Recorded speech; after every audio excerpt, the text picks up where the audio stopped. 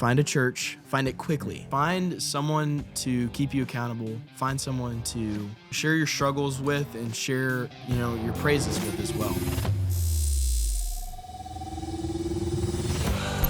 Jack Glenn, welcome to the podcast, brother. How are you doing? I'm great. How are y'all? We are doing awesome. Also known as Jacqueline. Jacqueline. That is Just not my put the name. two names together and he's a girl. Okay.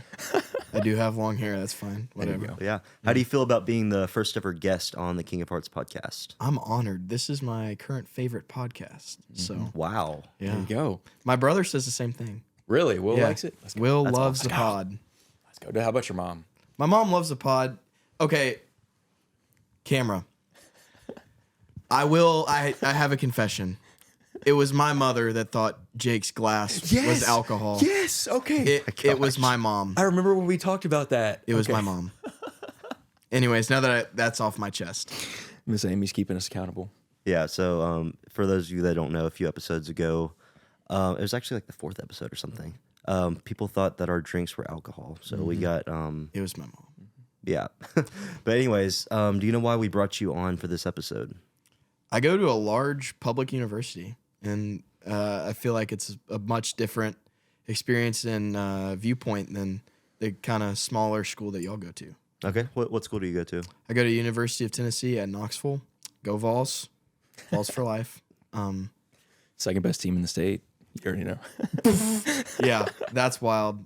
Okay, sure. No, wait. It's pretty close in basketball this year, but yeah, keep going. It'll Continue. be a good basketball. So what's like a challenge that you've gone through so far in your experience at a big university? The culture compared to high school is so much different. Like in high school, with partying, with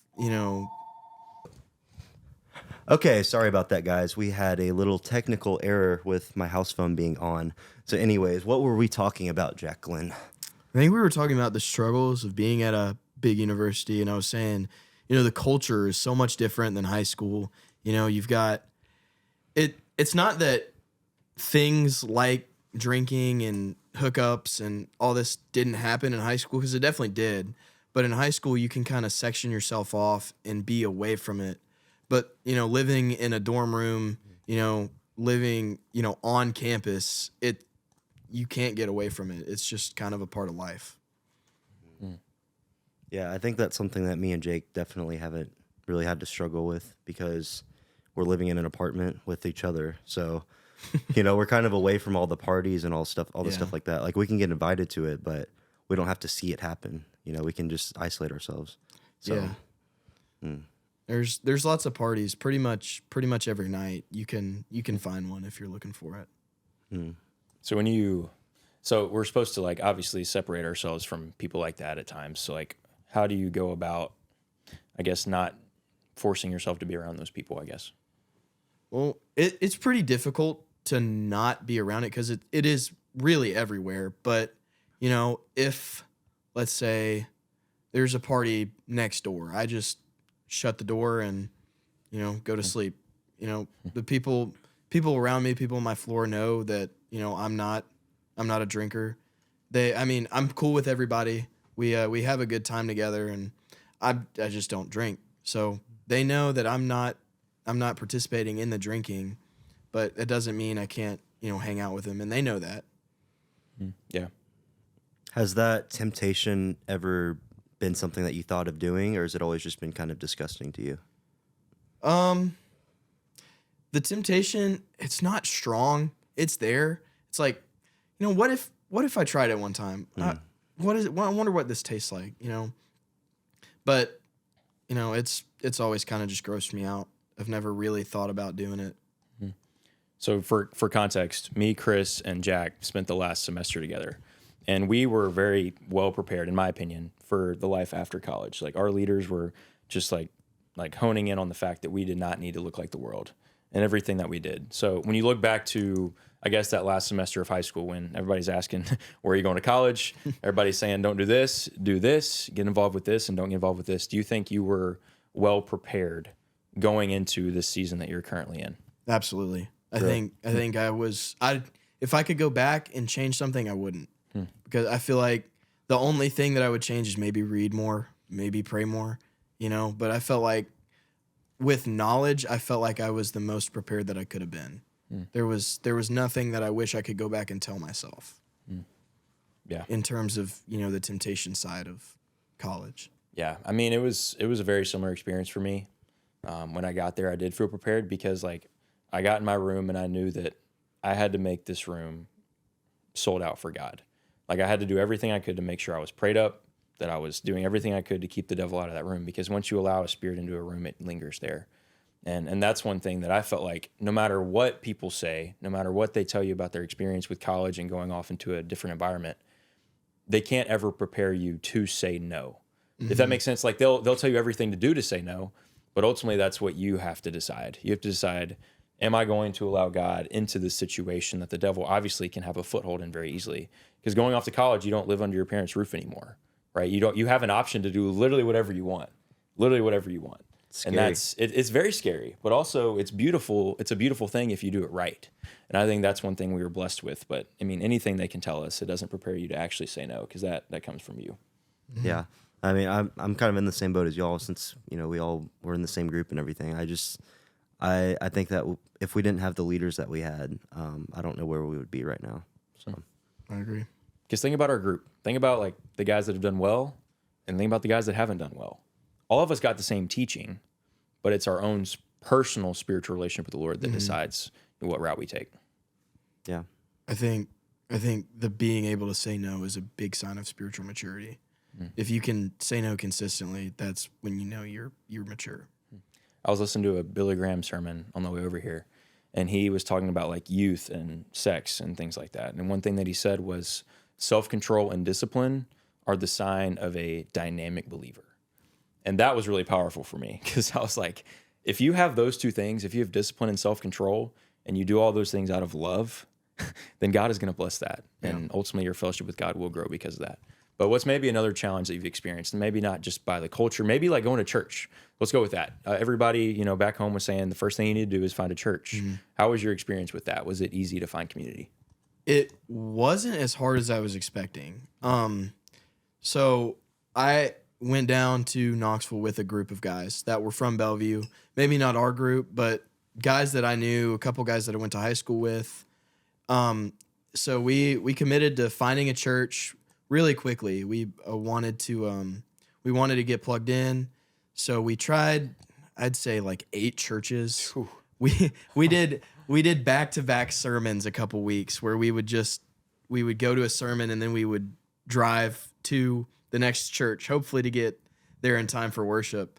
But we did that for, I'd say probably 3, 4, maybe 5 weeks where we were church hopping. And then we found one that, I mean, it totally reminds me of kind of a cross between Bellevue and my old church, Faith Baptist. It's kind of Faith's size, but Bellevue's style. Okay. Like kind of describe what that is for people who don't know. So Bellevue is probably, it definitely is the biggest church in Memphis, but it feels very personal. Steve Gaines kills it in the pulpit every week. Yep. But the worship is pretty contemporary, but they sing hymns as well in the contemporary style. It's very interesting, but it makes me, it reminds me of home. I felt like that was pretty important when we were looking for a church, something that reminded me of home. Yeah. 8 churches, man. Yeah. Yeah, 8 churches in like 5 weeks. That's probably. insane. It was Yeah. wild. Me and Jake, we kind of settled. I remember before we moved down there, we were set on going to First Orlando, and Jake told me, I remember him saying this, he said, I'm down to not try any other churches if we like this one.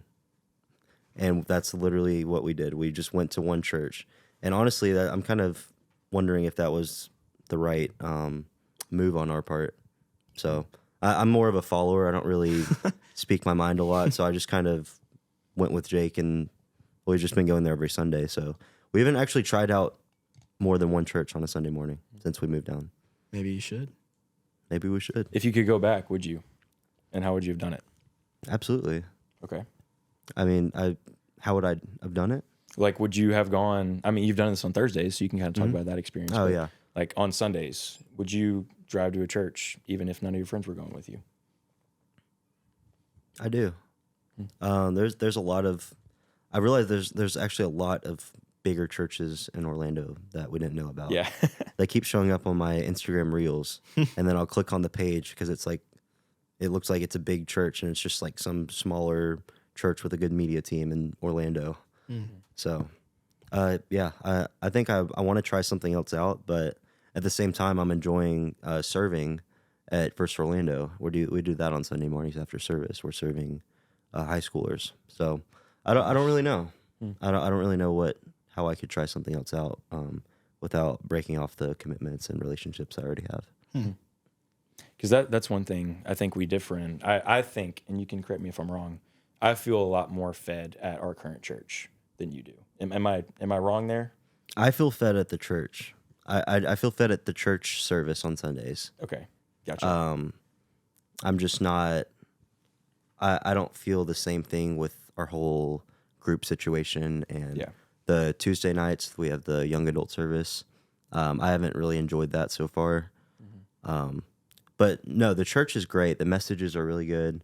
The worship is really good. I feel a little bit. I feel like we should have tried other places too, because I'm sure there's probably churches that will feel even better than that. So, and that's also a thing. Like a lot of people, like for example, like one of our really good friends is in Alabama, and he doesn't have anyone to go with. And I've always felt bad for him because I'm like, man, I have Chris. Like we can go to church together every Sunday. Like it's easy, you know, because if one of us wakes up late, we wake the other up and we're good. But also, like Chris was saying, he didn't mention this, but there are times on Thursdays where we have small group, and I'll go to small group and he'll go to another church because he feels way more fed at the other church than he does going to our small group. And that's not a bad thing. I'm not wrong and he's not wrong. We're both where we need to be. And I think anyone who tries to stop you from doing that is stopping your growth. So maybe I haven't done the best job of like encouraging you to go to those other churches if you feel poured into. But go wherever you're fed. I think that's very important to do. If you're not being fed like other people, go somewhere else, because ultimately God will give you that community if that's where you need to be, in my opinion. Because that's what our friend from Alabama has found. You know, he literally went to that church and now he's found community, you know, so. God's going to lead you where you're going to grow the best. Exactly. And if it doesn't look the same as someone else, that's cool. Yeah. But ultimately, like we talked about, we can tell you this all day, but ultimately that's a decision that you have to make. Me and Chris have found our community for the most part, but we're still kind of searching around to see like who needs to be our set core friend group. How has your experience been as far as community goes at your new church and even at Knoxville? So my community isn't necessarily at a church. I found a pretty good community at the Baptist Collegiate Ministry, the BCM at UT Knox, and a bunch of my friends actually joined the Brothers Under Christ fraternity, Beta Upsilon Chi. Great fraternity.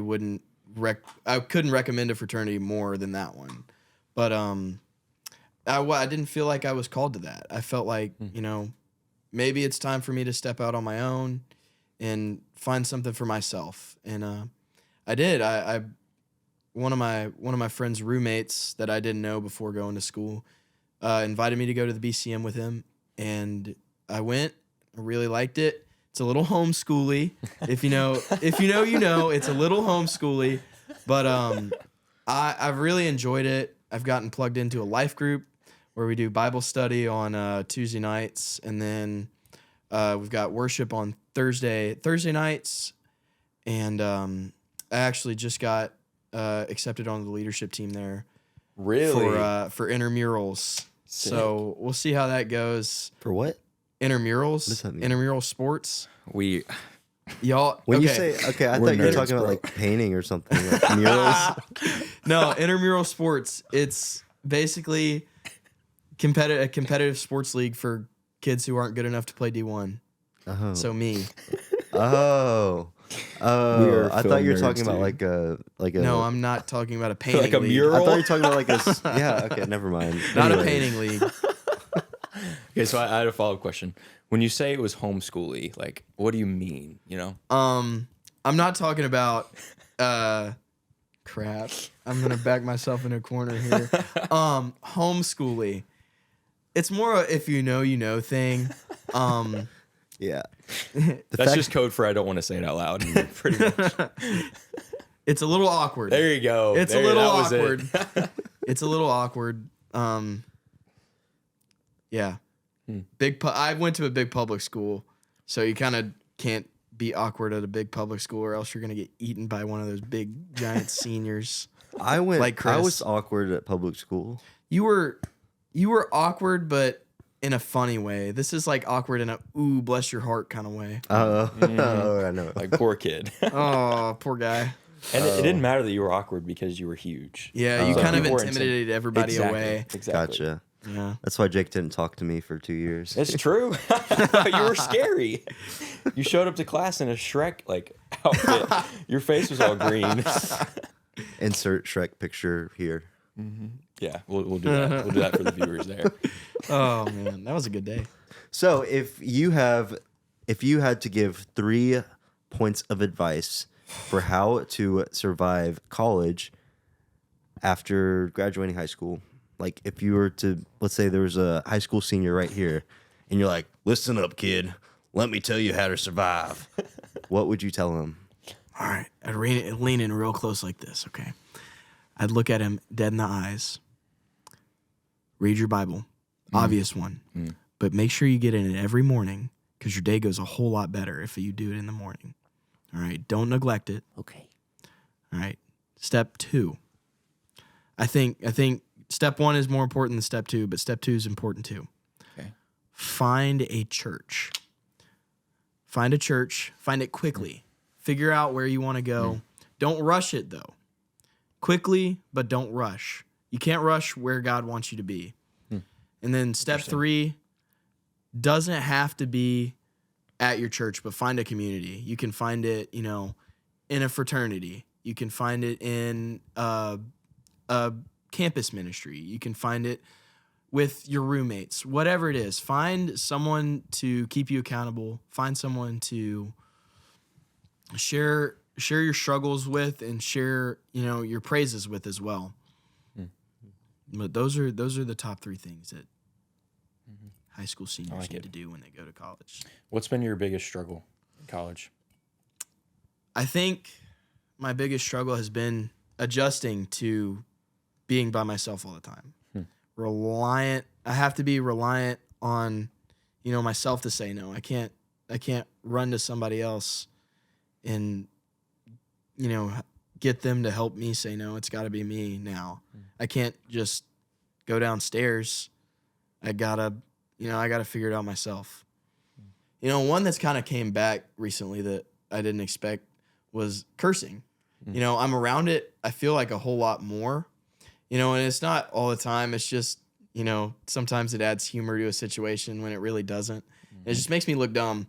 So it's no secret that there's a ton of, attractive women at UT. It's a big SEC school, big public school, They're there for the sororities and whatnot. But, since I am single and I'm not, with an attractive woman, it's hard to, see all those girls and I'm like, where's mine? God, where's mine? Why don't I have one? And, it could be because I'm not ready for one yet, or it could be because I've, struggled with lust in the past. But, that is a big struggle. Loneliness is hard. It's not all the time. It's not, I don't have any friends, because I do. I have a ton of friends. I've made new friends. I've got a bunch of old friends there too. But, being without, a woman, especially at this point in my life, I feel like I've been single for too long. And I don't want to force anything. And I'm also a little scaredy boy of talking to women. So, yeah, being lonely is You'll find terrible. a good one, Jack. I hope so. You have a good heart. You do. Yeah. So what was life? What's been the biggest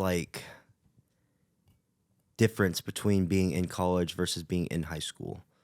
So talk about actually school. How has School? Yeah. Oh, okay, that's easy. I don't want to brag here or anything, but I did not try in high school and I got straight A's. I finished with a 4.5 GPA, something like that. I didn't try. I could roll into a test, take it, I'd get an A. It wasn't hard. College is not like that. College, I have simultaneously gotten the first B in a semester and the first C in a semester. And I studied my butt off for both of those classes. What classes? If you don't mind me Calculus asking? 1, Okay. kind of embarrassing. Bad professor. Sorry. Okay. Bad professor. Don't say his name. It's a her, but sorry. anyways, she was pregnant the whole time. She was a little hormonal. One of those. It wasn't a good experience, but clutched up on the exam, final, passed There you go. with a C, luckily. And then physics was also really hard. I'm an engineering major, so that's like kind of my life now. Physics, math, how things work. So yeah, that's been hard. I've studied more this semester than I think I did for any test in high school, like combined. Wow. Combined. I studied for probably 8 hours in like a day for my physics final, and I still got a C on it. Dude, So that's insane. yeah, it's pretty wild. That's insane. I think we've had a little bit different of an experience. The final for my last class that I took before our break, I was the editor for a film project. So I literally just got to edit 6 shots together. Turn it. That was My final took a lot more work than that. It took like probably 8 hours to study and everything, but it's literally just getting a grade for what I did in high school, like setting up a show and writing a highlight. So like I think we've had a little bit of a different experience than you, which is weird because you're getting your degree in 2 years longer than we are. So I don't even understand that. It doesn't make any sense. Yeah, I think probably the hardest degree path. One of. Yeah. I don't want to discount you doctors out there, but I'm in one of the hardest degree paths at UT. Yeah. I don't know. I think Full Sail is like paying off the education system or something. I don't know what they're doing. You could get in trouble for saying that, I don't- bro. There's no way. Maybe it's gonna get like significantly harder soon. It probably will. My classes get significantly harder. Okay. Yeah. There you go. I don't And know. they're We'll already see. hard. So Okay, to be fair, both of the classes that I've been in so far, it's just stuff I already knew. So Yeah. I'm Makes sure. you it'll think it'll it's get going to be easier. that way the whole time? No. I think I learned everything that I learned in my intro to film class in high school. That took a whole year. I learned it all last month. I relearned all of it. So that's kind of puts into perspective how fast Full Sail is. So. Did your teacher wear colors to signify her mood? Okay, we actually haven't learned about color theory. Oh, never mind. I was about to say something, but I probably shouldn't. Okay, actually, no, it's fine. One of my film teachers is colorblind, and he's like he edits stuff, and he's colorblind. Now, That's I don't know how he insane. does it. He said he like learned how to use the histograms and the graphs and stuff to color grade That's stuff crazy. because he can't see color. That's a grind, dude. I That's won't say his wild. name, but he's a legend. That's a dog right Yeah. there. He got Yeah. that dog in It him. is. He's a legend. You saw that microphone that I bought. I got that because he recommended it. So Wow. Interesting. maybe we'll be friends. There you So go. basically, your teachers make you spend money, and mine make me spend hours of my life toiling away. Well, money is time, Jacqueline. It is. All right. What is the biggest thing you've learned as we wrap up? What is one piece of advice that you would give? Biggest thing I've learned, something that the Lord's been teaching me, especially this semester, is be bold. Be bold in your faith. Don't be afraid to talk about it with people. Don't be afraid to say no. I know that sounds a little wishy-washy or true. whatever, but don't be afraid to say no. I promise you, nobody's going to judge you for saying no to, whatever it is, partying, marijuana, alcohol, even cocaine. I've seen somebody do cocaine this year. Wow. It was crazy. But most people will not judge you for not participating with them. Most people are really chill about it. They're like, "Oh, dude, who cares?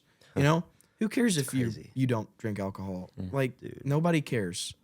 Just say no." Most of the people, sorry to cut you off like that, but most of the people that actually do care are like the people that you think are your friends, but you kind of learn from saying no to things that you aren't supposed to be around certain people. Yeah. I think the people that I are agree. pushy, stuff like that. So I found that really interesting. But Yeah. So be bold. Don't be afraid to say no. People don't care. Yeah, it's weird. You wouldn't think it's like that, but it is. It's pretty cool. Yeah. Most people are cool. Some people are I not. would kind of go off that. If I had kind of one thing I would say is find community and find friends who will tell you the truth. Yeah. I have found so much value in that. People that are not willing to be people pleasers and they'll tell you straight up how they feel. Like a friend like that is irreplaceable. And you have to gravitate around people like that. And also, one other thing I will say is kind of like you talked about, nobody really cares about what you're doing because everybody's invested in themselves. So I think a good thing you can do is when you walk into classes, when you walk into new communities, don't walk in and think, well, everybody's looking at me, I have to impress. Rather go in with the mindset and say, I'm going to encourage people in this room and lift them up.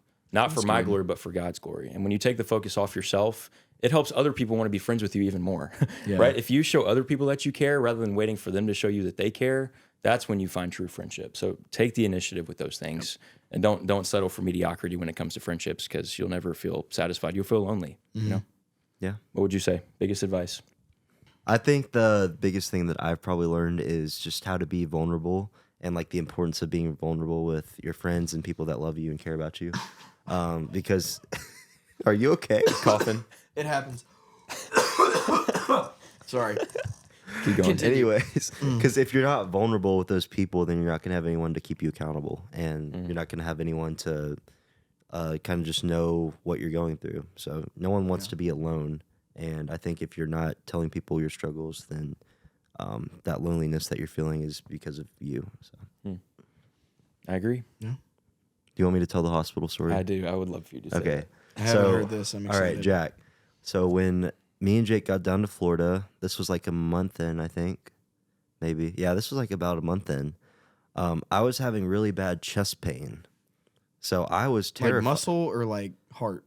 I thought it was heart, but it ended up being muscle. But Okay. this is the day. So we went to this is the day the Lord has made. Sorry. Anyways, It was probably like 6 or 7 weeks in, I think. maybe. I don't know. It doesn't really matter. Yeah. Anyways, It was the second time we went to the beach. we went to the beach and we went with, it was like a guy's trip, and I started having chest pain while we were playing spike ball. So I just stopped playing, and Jake said, "Hey, do you need me to take you to the hospital?" I said, "No." And then he said, "If you needed me to take you to the hospital, would you tell me?" I said, "Yes." That's a lie. So then fast forward to when we're back home from the beach, all the guys are gone. It's just me and Jake. Jake is tired, so he goes to take a nap. And while he's doing that, I'm like looking up what could be wrong with me, and everything says go to the ER. But Jake was about to go to sleep, so I didn't want to wake him up or like ruin his nap. So I just went to the ER, and then By yourself? Drove himself I with chest pains. Oh my gosh. I literally was like praying, like on the way there. I was like, you know, if this is how I go, then Oh my gosh, be it. Chris. Okay, so tell him how I found out. So, and then while Jake was sleeping, I was just bored. I was in the hospital bed, and I didn't have any friends really at the time, except for there was a couple of girls. We had a group chat, me, Jake, and these two girls. It was 4. It was 4 girls. That was a different No. one. It was a different one. Yes, it was. I don't think so. I Maybe thought it it was. I don't think it was Keep the one going. with. Sorry, keep going. Yeah, it wasn't. I that remember one. vividly, so that's why I say that. No, Go it ahead. wasn't. Go ahead. Because only Y'all two of them talk to responded. girls? We do. Oh, well, that's nice. Must be. Not like Not that. really. Not like that. Anyways. Well, no, not like that, but like. No, okay, so I sent a picture. I was just bored. I sent a picture of me in the hospital, and then Jake wakes up like an hour later and sees it, and he calls me, and he's like screaming at me and freaking out. And I come home, and he's just mad at me and That's an appropriate reaction. starts yelling at me, and I'm just like, it makes me mad too, because I didn't think I did anything wrong, because I literally just wanted him to go to sleep and I needed to go to the doctor. But apparently you're supposed to make other people drive you to the hospital. Yeah. Especially with chest pain. Like, imagine if that had been a heart attack and you had to just kerblonked on the side of the road, Yeah. wrecked your car. Well, I get it. I get it. I still don't completely get it, but I understand the gesture. Well, yeah, like I would want to drive you to the hospital. Yes, exactly. So like one thing that I struggled with a lot when we got down there was like Chris quickly understood that this was a tendency I had, is like a lot of times I'd like to play the victim, and I make myself I don't know. I put the spotlight on myself and make it seem like I'm like like the other person's at fault. That's been a problem that I've had. So when you got home and I was like saying like you can't do this. I want to love you, but you're not letting me. Things like that. His initial thought was like, oh, he's doing it again. He's playing the victim.